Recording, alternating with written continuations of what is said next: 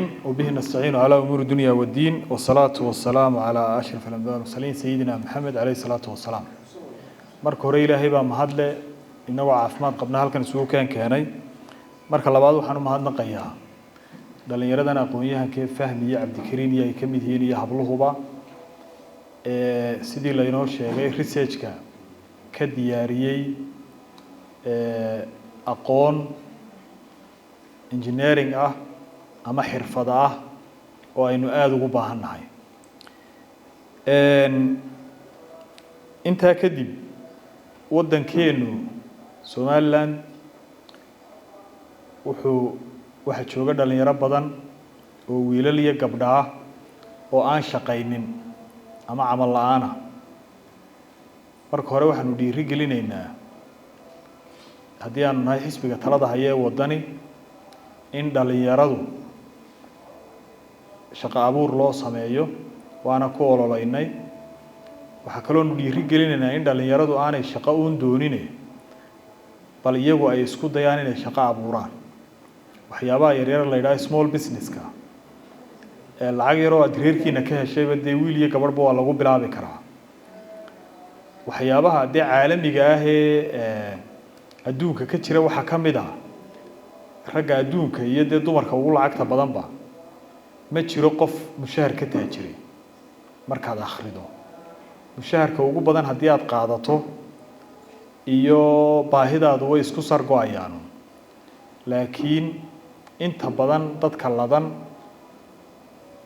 ama waddankeena ha noqoto ama wadamada kale ee adduunkaba ha noqotee waa dad ganacsato oo meel hoose wax ka soo bilaabay qaar baa irbadaha iyo dunaha iibin jiray qaar baa liin macaan la wareegi jiray waxaan tusaale u soo qaadanayaa madaxweynaha waddanka aynu jaarka nahay ee Kenya dee wuxuu istriidada ku iibin jiray hablo aad bay u qoslayaan mala waxay leeyihiin odaygu wuxuu leeyahay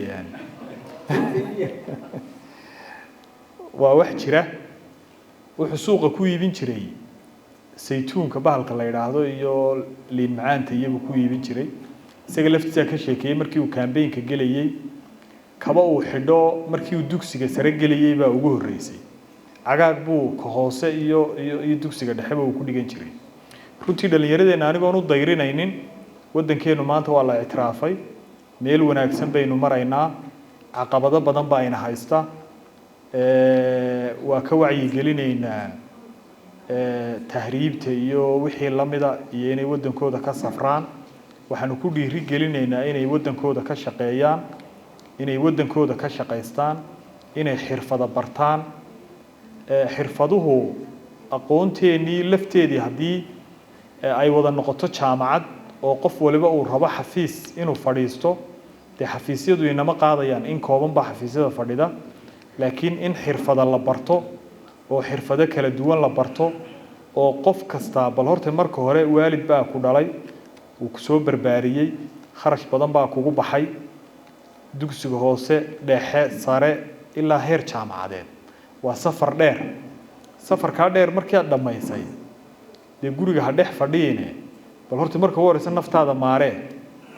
intaanad aabaha iyo hooyada iyo family-giinii kale aanad waxba ku soo celinin waxa qurux badan inuu qofku isagu noloshiisa maareeyo haba badan oo loo maareeyaa jira ku dheeraan maayo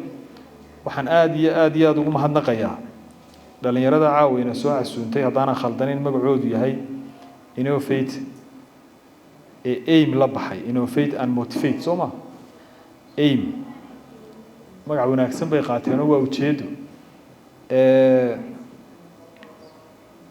wadamadu waxyaabaha ay ku horumaraan kow waxa ka in research la sameeyo caafimaadkeena waxba ka dhiman research lagu sameeyo maxaynu ku biirin karnaa waxbarashadeena waxba ka dhiman dhalinyaradeena wiilal iyo gabdho jaamacadaha ka baxay research ku sameeyaan sidee baynu waxbarashadeena u hagaajin karaynaa waxba ka dhiman adduunyada isku dhama lagama helo caafimaadkay wax ka dhiman yihiin sideynu u hagaajin karaynaa laydhka biyaha infrastructure-ka nolosha asaasiga ah ee baahida bini aadamka muhiimka u ah oo dhan sidee bay halka aynu maanta joogno uga dhaqaajin karaynaa meel ka fiican u geyn karaynaa waxa lagu ogaanayaa waa research-ka marka arrinta research-kana qoladan samaysana waa u mahadnaqayaa